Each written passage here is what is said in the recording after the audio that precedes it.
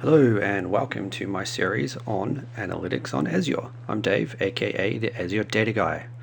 So today we're going to be going over some fundamentals of Azure and the cloud in general for those of you who are new to the platform.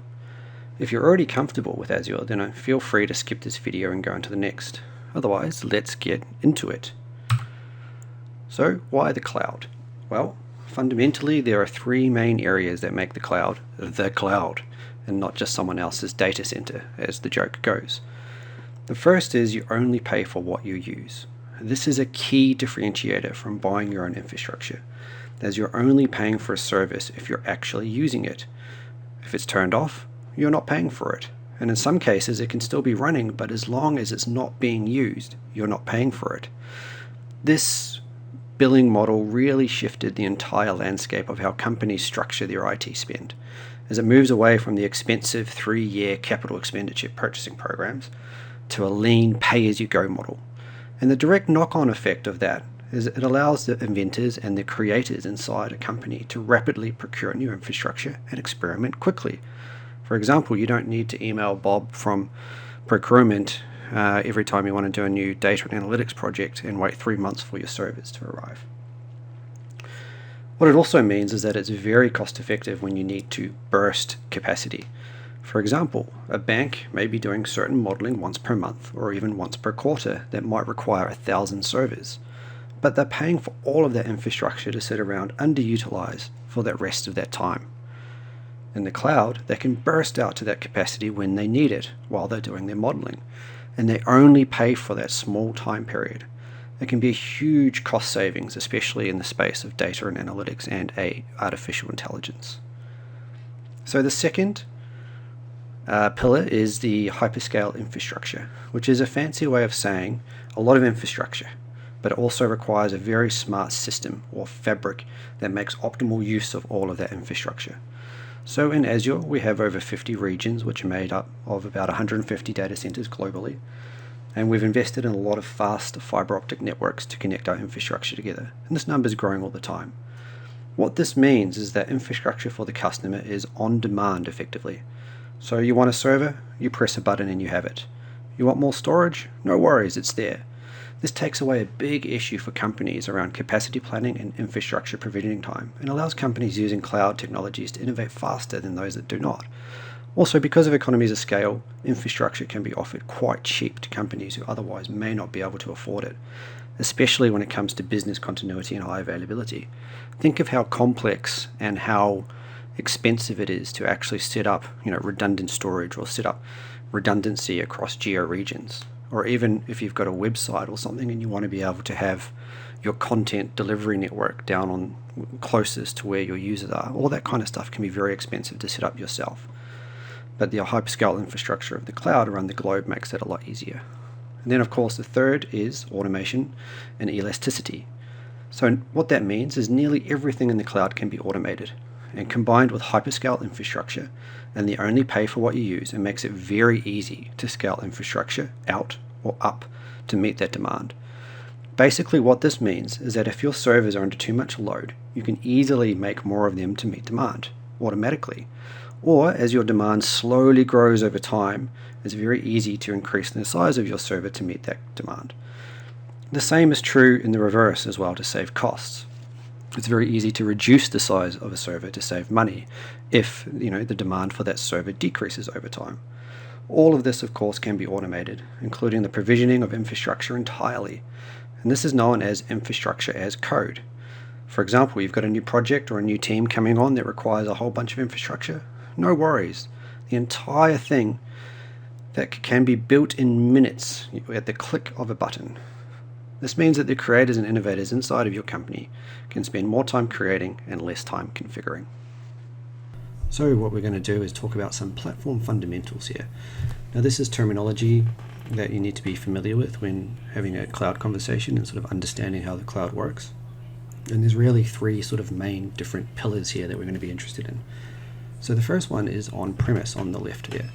So what does on-premise mean? Well, this is just sort of traditional infrastructure that most companies have or had at one point in their life cycle. And what that means is on-premise is that everything from the actual physical hardware that you order in, so the servers, the Dell or HP or whatever servers that you order in, the networking appliances, the storage arrays, the virtualization layer, which is VMware or Hyper-V, the operating system, so Windows Server or Linux Server, the middleware, so the web servers like Apache or Nginx or IIS, all the way up to the databases, and everything is managed by the company. Now that may be an outsourced partner still, but effectively they have full control and full management over everything, and that's how the traditional data center looks today. Then we move on to the first and oldest sort of cloud offering, which is infrastructure as a service. Now what that means is that the cloud provider, in our case Azure, actually manages the hardware, the storage layer, the underlying networking layer, so connecting all these servers together, connecting the data centers together, managing the storage platforms and so forth. That's all taken care of. You don't even need to worry about any of that. However, what you still have to worry about is managing the operating system and above. So you still have to patch the operating system. You still have to back up what's inside that operating system. You still have to manage the security of that operating system, and also the middleware, so the web servers and the database servers and everything like that. You still are responsible for. It's kind of like, imagine if your computer at home, your desktop computer, you just streamed down to your monitor. Now you never have to worry about upgrading it. You never have to worry about the hardware, that is. You don't have to worry about how it connects. It kind of just magically just appears on your monitor. But you still, whether you use Windows or Linux, you still have to worry about patching, and you still have control over what you install, and you still have to secure it and play with the firewall and so forth. That's kind of how infrastructure as a service works. Alright, so now we're going to move on to platform as a service. So platform as a service is very unique to the cloud.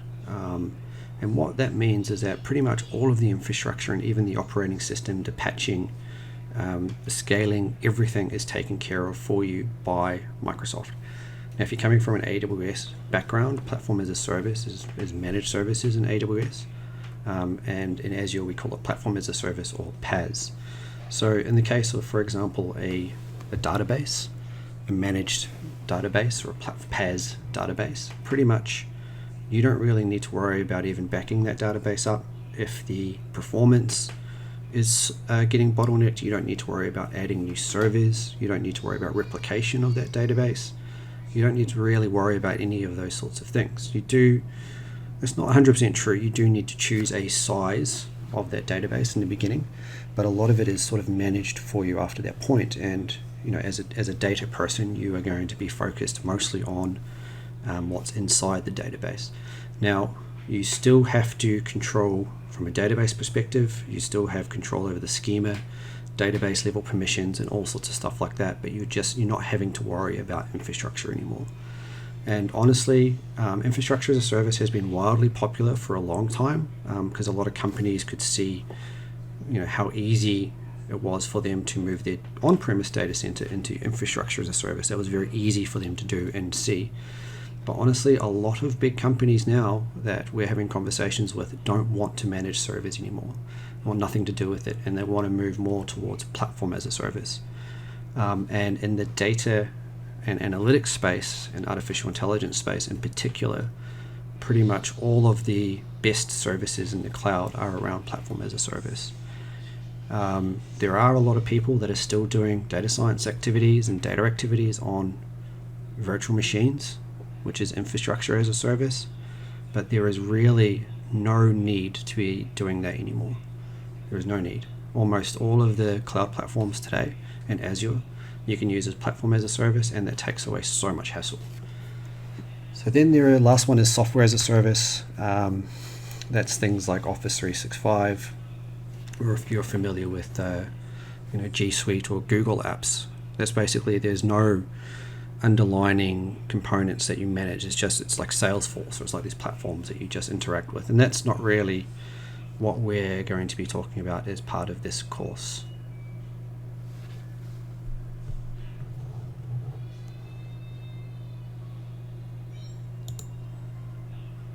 Alright, so with those terminologies in mind, what then makes up Azure? Now this is a very scary box, and this box also probably is horribly out of date.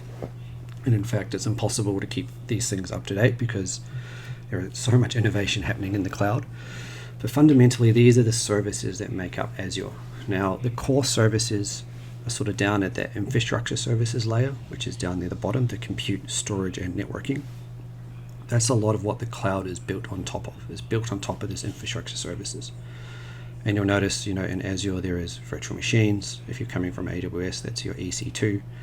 There is storage, so you've got your blob, queues, files, and disk storage. And if you're coming from AWS, that's your S3, your simple queue service, your Elastic file service, and your disk is your, in Azure it's managed disk, so those are the disks that are attached to a virtual machine. AWS it's your EBS. And then of course you've got your networking, which is virtual networks, VPCs, load balancers, etc., etc. A lot of the stuff that we're probably going to be more interested in is this third sort of light blue pillar, the data, intelligence, analytics, and IoT. In here is a lot of the services, and there's actually more than this now, that we're going to be focused on for part of this course. So we've got Microsoft SQL databases, Microsoft SQL data warehouses. We also have Cosmos DB, which is a NoSQL. It's more than just NoSQL, but it is NoSQL, Cassandra, Mongo, and Graph API all tied up into one. We also have Postgres and MySQL as well. That's supported now under this data pillar. Intelligence is a lot more than that now. There's Azure Machine Learning Services. There's our cognitive services, our bot services, and of course analytics and IoT. A lot more in there. Again, the slide is out of date, but we've got HD Insights, which is your classic Hadoop kind of system. We've got Databricks, which is for Spark. We've got Data Factory, which is a no-code ETL and data movement tool. Stream Analytics. We've got Kafka now. A whole bunch of stuff in here. So this is just to give you an idea. Now this, again, there's a lot more to it than this. This can be very overwhelming. I guess when you're learning something in the cloud, you've really got to kind of just pick a focus area. And with what we're focusing on is going to be the data intelligence and analytics piece. Okay, so here we are in the Azure portal after we've signed up for a free account. So do note that if you sign up into Azure and you go and see something different here, as soon as you go to try and create a resource, it's going to take you through setting up your identity details, which I haven't recorded here now. So it's going to ask for a valid mobile number and a valid credit card.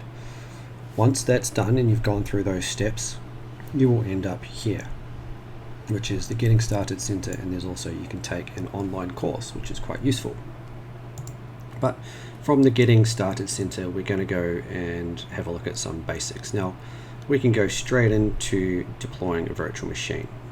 So let's go click Start here. Now, it gives you these options. If you ever also get lost or you get stuck, you can just come up here as well. Actually, no, you can come over to this button here and you can go create a resource or go back to home. And you also see there are some resources here just to get you started. Well, some menu items here just to get you started. But we're going to just follow this wizard and we're going to go create a Linux virtual machine. And there's a lot of settings in here. So the very first thing to note about Azure is there is a subscription level and then there is a resource group level. So the subscription level is like having different drives on your computer. So you've got your C drive and your D drive, your E drive, etc. And then the resource group is like folders on those drives. So each subscription is made up of multiple resource groups, and you put all of your resources that you want to work with inside of that resource group. So if you have an application, for example, typically all of the different services associated with the application will go in a resource group. It's a way of organizing Azure so that it's very easy to set permissions over resources, and it's very easy to segregate permissions between teams and departments. And also from a billing perspective, it makes it easy at the end of the month when you get your bill to see exactly who was paying for what. So we have our Azure subscription here. It's just called Azure Subscription 1. And then we're going to create a new resource group. So we're going to use naming convention of resource group name, and then this is just going to be called app1. There we go. We have that resource group that is now, it'll create it as part of this wizard. I'm going to give our virtual machine here a name, so we're just going to call this test VM01. Typically, you'll have a naming convention that your organization will decide on. It's always best practice to follow that. Now we're going to move over to where are we going to deploy this. So there are many different reasons in Azure. It's usually you want to pick the one that's closest to you. Do note that not every region has every service, although the basic services like virtual machines and networking pretty much are rolled out all around the world. But some of the more advanced services you may find that is not available in your region and you have to deploy it somewhere else. That's fine, just be a note of that. So I'm based in Singapore, so I am Southeast Asia, which is Singapore. So we don't require any infrastructure redundancy. We're installing Ubuntu. Now this is the size, so this is how much performance and also how much cost per month this virtual machine is going to be. Now because we've signed up for 12 months of Azure free, one of these, I think it's the B1S, should actually be free for us to use. Free services. So here we go. So B1S is the one that we want. So B1S. So even though it's got a price there, because we've got 12 months free, we can get this for free. So we're going to select that. And then we either can authenticate using a SSH key or a password.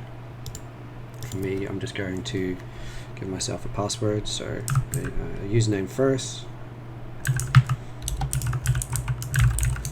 and then my password,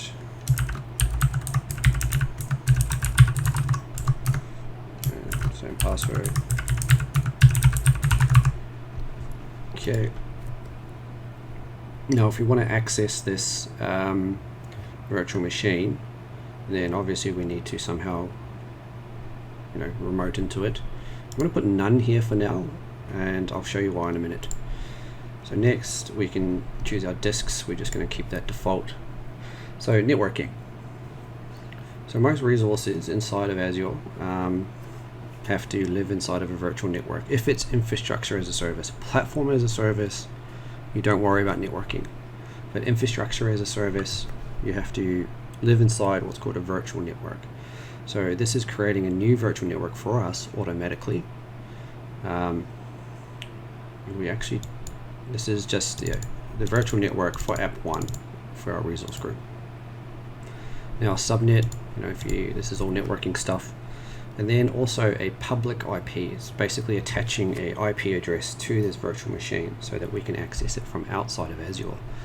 In many corporate environments, you don't have public IPs attached to virtual machines. They go through a firewall instead, but for our exploration purposes here, it's okay. So we're not going to have any ports inbound. We're going to add that later. And some of these other settings here we can just ignore. So management. So yes, this has Azure Security Center. So this will give us some threat protection on our virtual machine, and it is free. So yes, we will enable that. Boot diagnostics, we'll leave that on. You can have your syslogs and things like that as well. We're just going to leave that off. Do note that you pay for storing these logs in what's called a storage account. But the cost is incredibly trivial, but we're just going to keep that off for now. And all these other things, auto shutdown, this might be something that you want to enable. So every night at my local time, which is here, we're going to turn the server off. And then of course, if you want to configure backups, so there's various extensions that you can install. This is a script, a bash script that you might want to run. Dedicated host, we don't really need to worry about any of this kind of stuff. And generation of virtual machine. Don't care about this tagging. Tagging is something that's very important.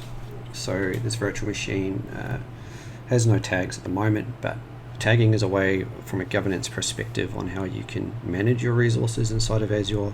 So for example, if you want to see all resources assigned to a certain project or all resources assigned to a certain department, then you tag them, and then in your monthly bill it also makes it easier to see who's consuming what. And basically tags are just key value pairs. So typically what you'll have is cost center, and this will be data science. Oops, data science, and then project AI project 1, and then owner, and maybe I'm the owner of this. Each company normally will have a best practice when it comes to various different tags. Then at the end of this we can review all of our various settings here for our virtual machine.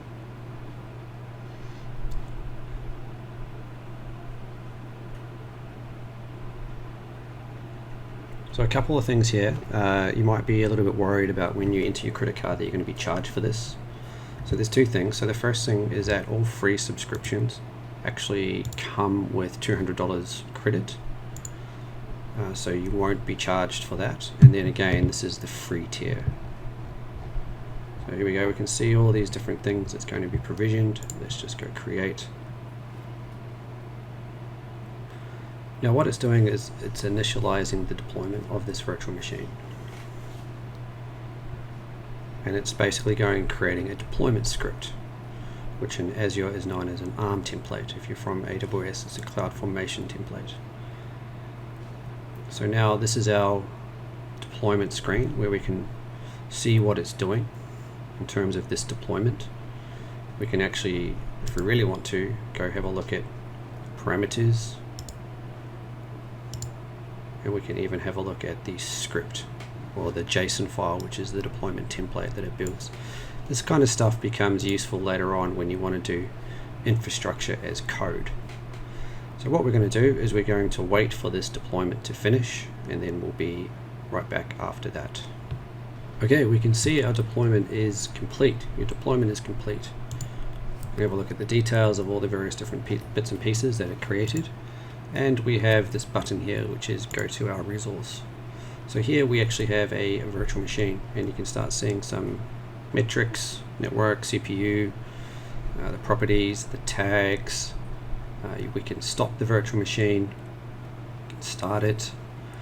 Do note that if you shut down a virtual machine, like if you go log into the Linux virtual machine and shut it down from the terminal, you'll still pay for it. Same with the Windows virtual machine. If you shut it down from within the operating system, you still pay for it. To actually stop paying for it, you must click stop. A lot of this is infrastructure based, so I'm not going to spend too much time talking about it. I'll just go through a couple of the important components that are across most Azure resources. Now the first is if we want to connect to this virtual machine, we can click here. Now if you remember, from a networking perspective, I didn't open any ports. So what are we going to, why? Let's go have a look at networking. Now you see we've got inbound rules, outbound rules, and everything is basically blocked by default, apart from internal Azure traffic. The reason I didn't allow the wizard to create this port is it goes and creates a SSH port open for everything by default. We don't want that. We want to add a port specific to our IP address. So what we're going to go here is we're going to go add an inbound rule.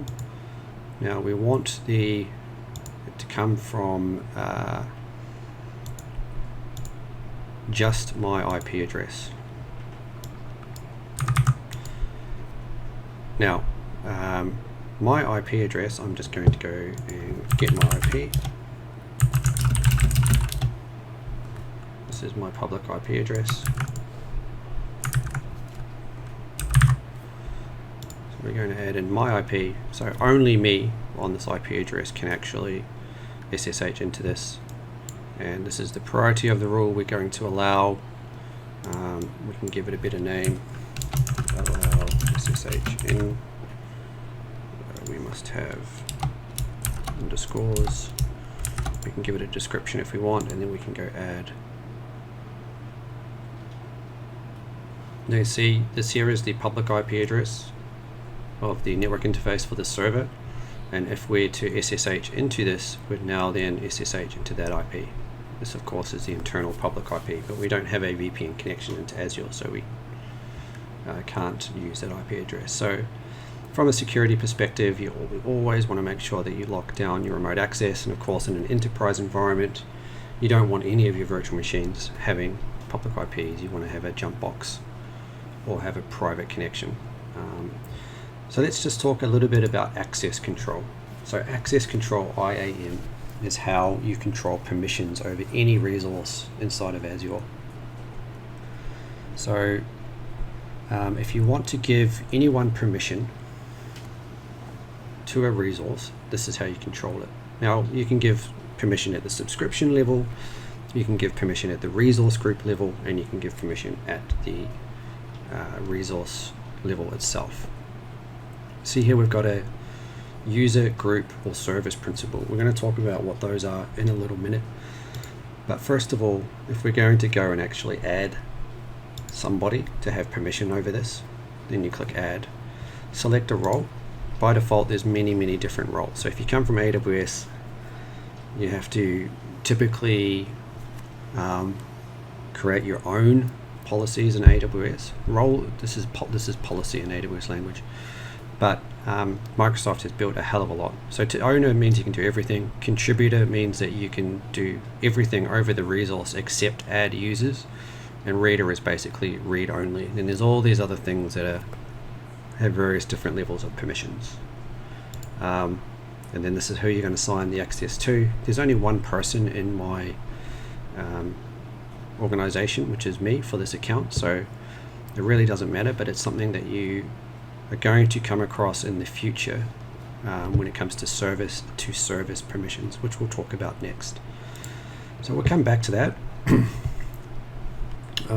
What else is there? So size. So as mentioned, you can scale up. So you can choose a virtual machine that is more powerful. Then there is monitoring, which will become very important later. So the logs of the virtual machine. One thing that's very handy for Linux virtual machines is the serial console. So we can click this button, and in the browser it will actually connect to the virtual machine for us. It is a little bit buggy compared to connecting, but we can actually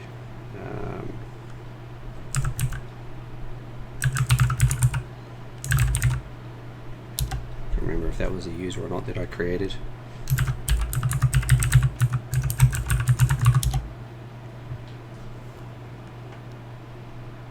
Okay, and we're logged in. If you do forget your password, you can reset your password here as well through the console, which is quite handy, including your keys if you're using SSH. There is this here is quite handy for you, being able to log a new support request if you're just banging your head against the wall and there's something wrong with it and you can't figure out what's the issue. And then from a high level perspective, that's probably it. Again, we don't want to go too deep into virtual machines. This is not a virtual machine course. It's just to give you an overview.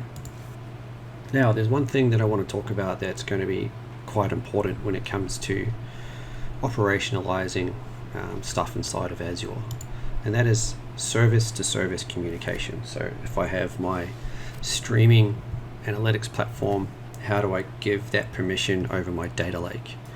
And then how do I give permission to my Spark cluster to read stuff inside of my data lake? And in Azure there's two concepts. There's a managed service identity, and then there is a service principal. We're going to talk about service principals. Now the first thing that you need to know about how to create a service principal is you need to go to Active Directory, Azure Active Directory, which is here. This is the identity management side of Azure. In fact, it is a identity management platform on its own, where it doesn't just manage Azure. There are many companies that use Azure Active Directory to manage AWS. This is like IAM inside of AWS.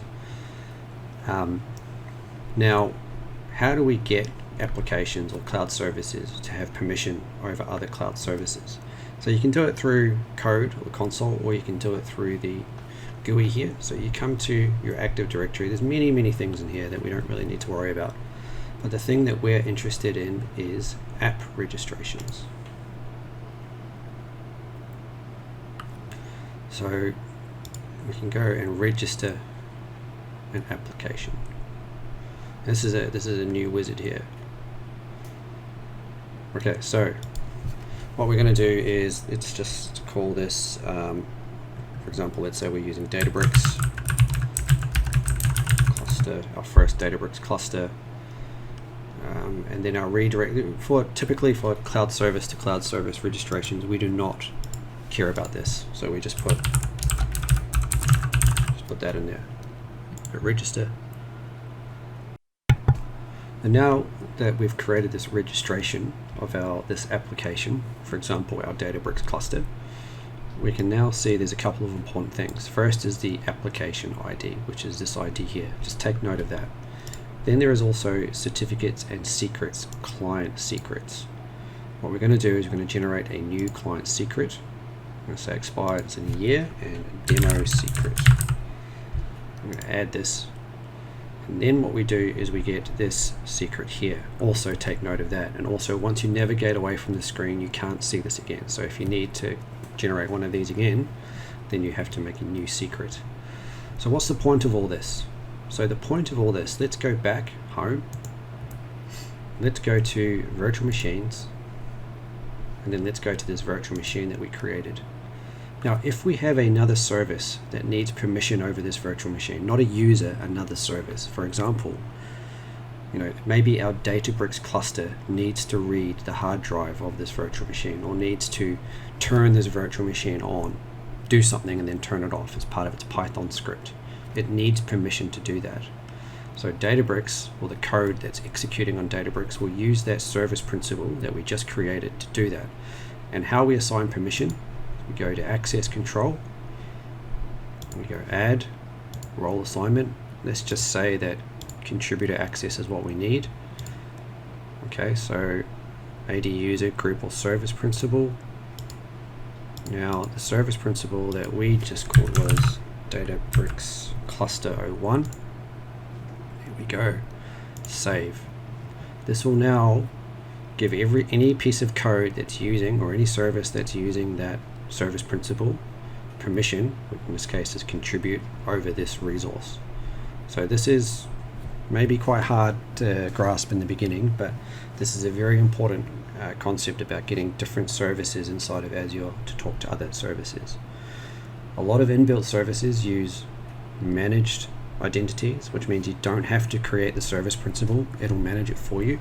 But some third-party stuff like Databricks and things like that, you have to create these service principals manually. Okay, so one other important thing is how do we manage the costs, and how do we see the costs and so forth of our Azure subscription. So if you just come into subscriptions, you can type subscriptions up here, click on this, you will see your subscription here. This is how we can see our billing, our cost management, set up budgets, and so forth in here. So at the moment we're not spending any money, which is good. These are all the free services and so forth that we are using. In fact, okay, this just hasn't updated yet. Yeah, so the usage and statistics here can be delayed by a day or two, but this is basically telling us, how much of the free stuff we're using. Come into here, we can get a cost analysis of if we are spending money, where are we spending it. Again, we're probably not going to get any data yet. No, there's no data in here. We can see our resources here. Alright, so that's pretty much it there from a fundamentals perspective. We're going to dive deeper into storage in the next video, particularly around different kinds of storage pertinent to a data solution, and we'll start diving deeper in future topics from there. Alright, see you in the next one.